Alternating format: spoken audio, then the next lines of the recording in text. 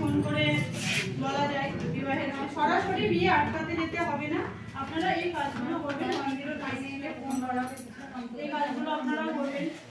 এই যে 2 বছর জেল, 1 লক্ষ টাকা জরিমানা, এগুলো একটু বলবেন যে যদি হয়ে যায় তাহলে মানে একটা শাস্তি হবে, হয় না হয়তো ছেড়ে দেয়, ধরা পড়ে আবার ছেড়ে দেয়, সেটা আলাদা ব্যাপার, ওটা আমরা আলোচনা করতে পারি না।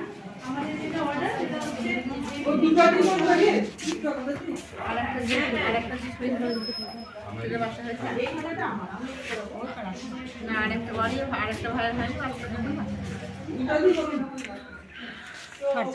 আমাদের আজকের এই আমাদের উপর যে চাপটা আছে, যে কারণে হঠাৎ করে এমার্জেন্সি এই মিটিংটা ডাকা হয়েছে, সেটা হচ্ছে এতটাই চাপ আছে যে আমাদের জিপির নাম ধরে ধরে মানে ডিস্ট্রিক্ট থেকে আমাদেরকে স্প্রেডশিট দেওয়া হয়েছে, যেখানে জিপির নাম লেখার পর সেই ফটোগুলো আমাদেরকে আপলোড করতে হবে যে আমরা সুপারভাইজারেরা প্রকৃত মিটিংটা করেছি কিনা।